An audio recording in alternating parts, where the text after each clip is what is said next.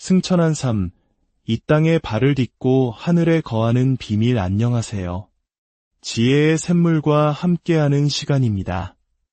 오늘 우리는 예수님께서 직접 가르쳐 주신 그러나 많은 이들이 그 깊이를 온전히 깨닫지 못하는 한 가지 놀라운 삶의 방식에 대해 이야기 나누려 합니다. 저는 이 개념을 마음에 품고 살아온 지 거의 20년이 다 되어가지만 여전히 그 신비로운 진리의 표면을 겨우 긁고 있는 듯한 기분이 듭니다. 그리고 제 마음 깊은 곳에서는 예수님께서 가르치셨던 그 삶, 즉 승천한 삶에 대한 깊은 갈망이 끓어오릅니다. 오늘의 이야기가 여러분의 마음에 작은 울림과 은혜를 준다면 잠시 시간을 내어 구독과 좋아요를 눌러주세요. 여러분의 작은 실천이 이 귀한 메시지를 더 많은 이들에게 전하는 축복의 통로가 될 것입니다. 이 영상을 나누는 모든 분들의 삶에 하나님의 평강이 가득하기를 기도합니다. 우리가 함께 살펴볼 말씀은 요한복음 3장 13절입니다. 어쩌면 성경에서 가장 신비로운 구절 중 하나일 것입니다. 하늘에서 내려온 자 곧 인자 외에는 하늘에 올라간 자가 없느니라. 다시 한번 들어보십시오.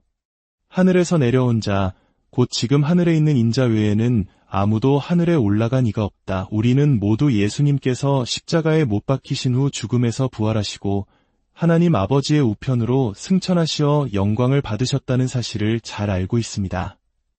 부활, 승천, 영화, 이것은 예수님 공생애의 마지막에 일어난 위대한 사건들입니다. 하지만 오늘 우리가 읽은 이 말씀은 그 모든 사건이 일어나기 훨씬 전 예수님의 3년 반에 걸친 사역 초기에 제자들에게 하신 말씀입니다.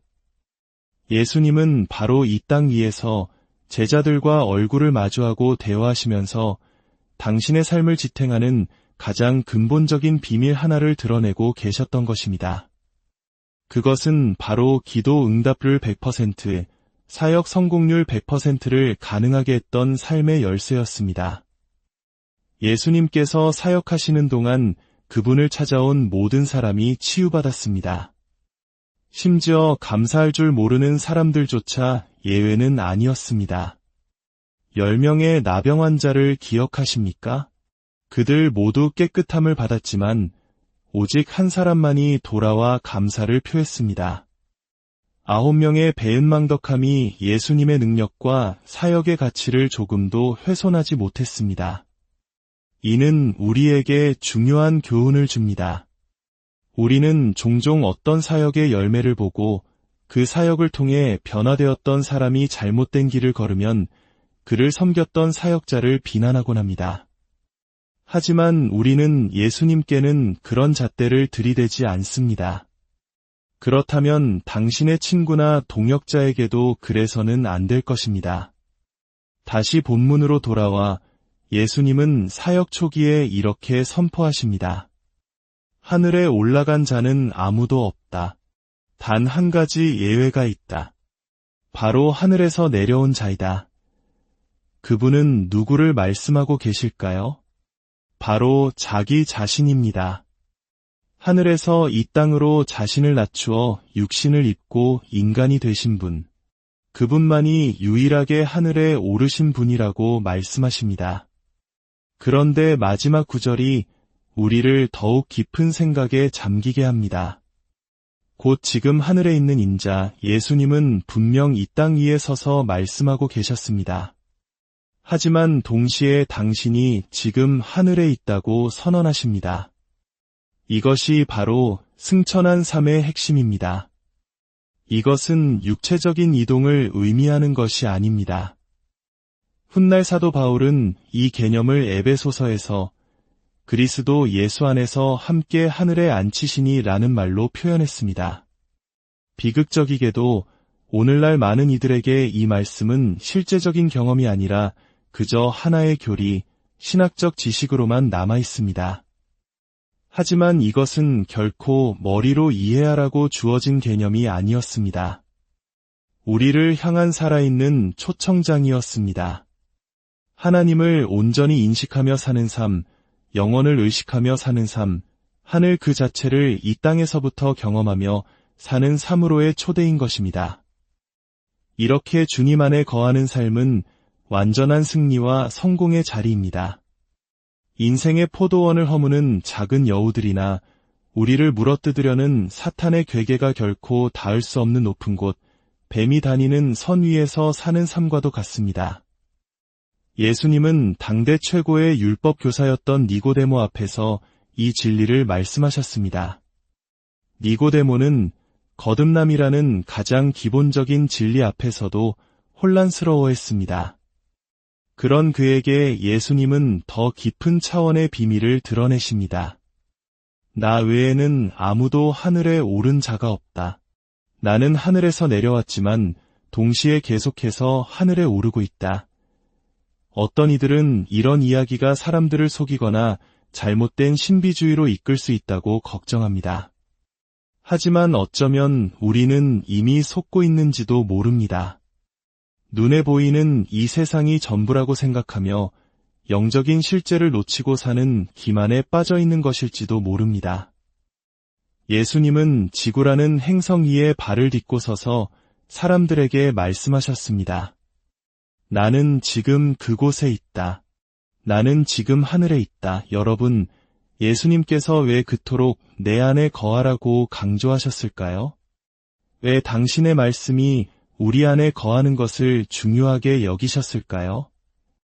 추상적으로만 보이는 이 관계의 방식이 사실은 하나님과의 관계에 있어 가장 실질적인 표현이기 때문입니다. 이것은 우리가 광적인 상태로 자신을 몰아가며 주님을 상상해야 하는 것이 아닙니다. 인격이신 그분과의 살아있는 관계이며 그분의 임재를 생생하게 느끼며 살아가는 여정입니다. 그 여정 속에서 우리는 그분의 눈으로 세상을 보기 시작합니다. 제 아내는 이런 방식의 기도에 참 능숙했습니다. 저희 가족에게 큰 위기가 닥쳤을 때의 일입니다. 제 큰딸이 첫 아이를 낳았을 때였는데 아이의 상태가 매우 위중했습니다. 온 가족이 병원에 모여 간절히 기도하고 있었죠. 그때 아내는 조용히 무리에서 벗어나 한쪽으로 갔습니다. 때로 우리는 돌파구를 얻기 위해 홀로 주님 앞에 서야 할 때가 있습니다. 수많은 가족들의 염려와 걱정의 무게가 때로는 기적을 방해하는 장벽이 될 수 있음을 저는 경험으로 합니다. 아내는 그곳에서 이렇게 기도했습니다. 보통 우리는 위기 앞에서 하나님께 매달리며 제발 이 문제를 해결해 주세요 라고 간청합니다. 하지만 제 아내의 기도는 달랐습니다. 그녀는 조용히 물었습니다. 아버지, 지금 우리는 무엇을 하고 있는 건가요? 그것은 내 뜻을 관철시키려는 기도가 아니라 지금 이 상황을 향한 아버지의 뜻과 마음을 구하는 기도였습니다. 하나님은 그녀에게 아주 명확한 말씀을 주셨고 그 말씀에 순종했을 때 아이의 상태는 기적적으로 완전히 호전되었습니다. 기도는 우리가 하나님께 이 땅의 상황에 개입해달라고 애원하는 것이 아닙니다. 기도는 우리가 하늘에 계신 아버지와 연합하여 그분의 마음을 보고 이 땅에 그분의 뜻이 이루어지도록 필요한 선포와 명령을 내리는 것입니다. 저는 이 말씀을 묵상할 때마다 가슴이 저려옵니다. 거의 20년 동안 붙들고 씨름해온 주제이지만 저는 여전히 예수님께서 가르치신 그 삶을 그분께서 말씀하셨던 그 경지를 사무치게 갈망합니다. 주님과 완벽한 교제 안에서 살아가는 삶 말입니다. 다시 말씀드리지만 이것은 황홀경에 빠지는 감정적인 상태가 아닙니다. 이것은 말 그대로 주님께서 당신의 눈으로 세상을 보게 하시고 당신의 마음으로 느끼게 하시는 여정의 한 부분입니다. 우리가 그분과 너무나 깊이 하나가 되어 그분께서 우리에게 무엇이든지 구하라고 믿고 맡기실 수 있는 단계에 이르는 것입니다. 저는 제 뜻대로 하나님을 움직여 제 소원을 이루는 것에는 아무런 관심이 없습니다. 생각만 해도 두려운 일입니다. 하지만 저는 그분의 꿈을 이뤄드리는 존재가 되는 것에는 제 모든 것을 걸고 싶습니다. 하나님은 본래 우리를 그렇게 설계하셨습니다. 우리가 그분의 임재를 생생하게 느끼며 살아가도록, 그분의 말씀을 우리 영혼의 가장 위대한 보물로 품고 살아가도록, 그리고 그 최종 결과로 우리가 입을 열어 말할 때 놀라운 일들이 일어나도록 말입니다. 저의 만족은 나를 향한 그분의 기쁨 안에 있습니다. 그분의 즐거움과 그분의 영광 외에 다른 모든 것은 빛을 잃습니다. 오늘 이 자리에 함께 하시는 여러분도 저와 마찬가지로 어느 정도는 이 삶을 갈망하고 있기에 이 음성을 듣고 계실 것입니다. 우리는 더 많은 모임이나 시간을 때우기 위해 여기에 있는 것이 아닙니다.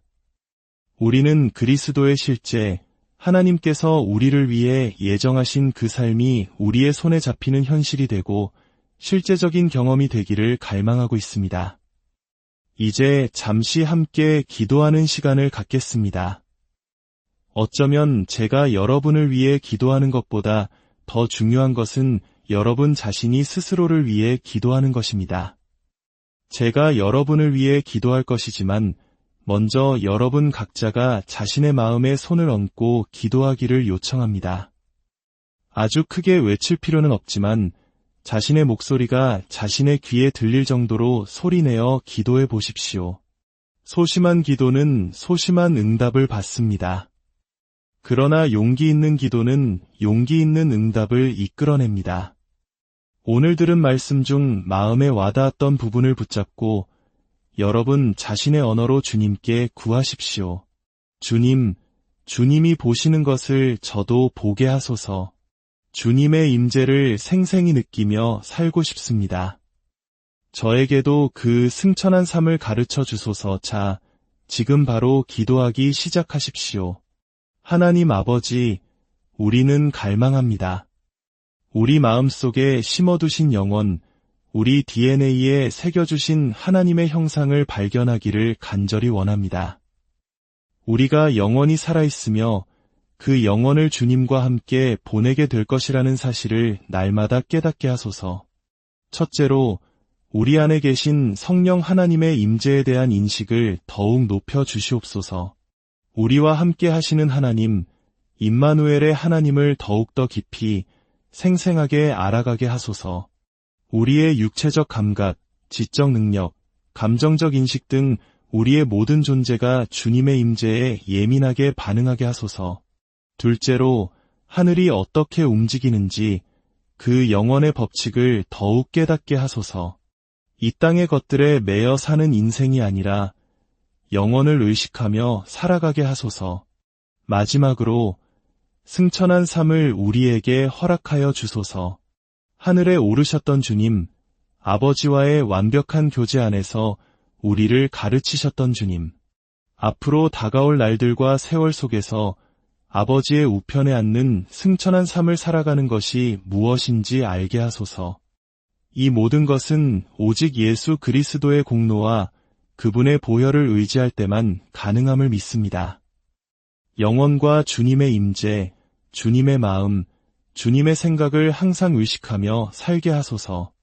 이 모든 말씀 우리 주 예수 그리스도의 이름으로 기도드립니다.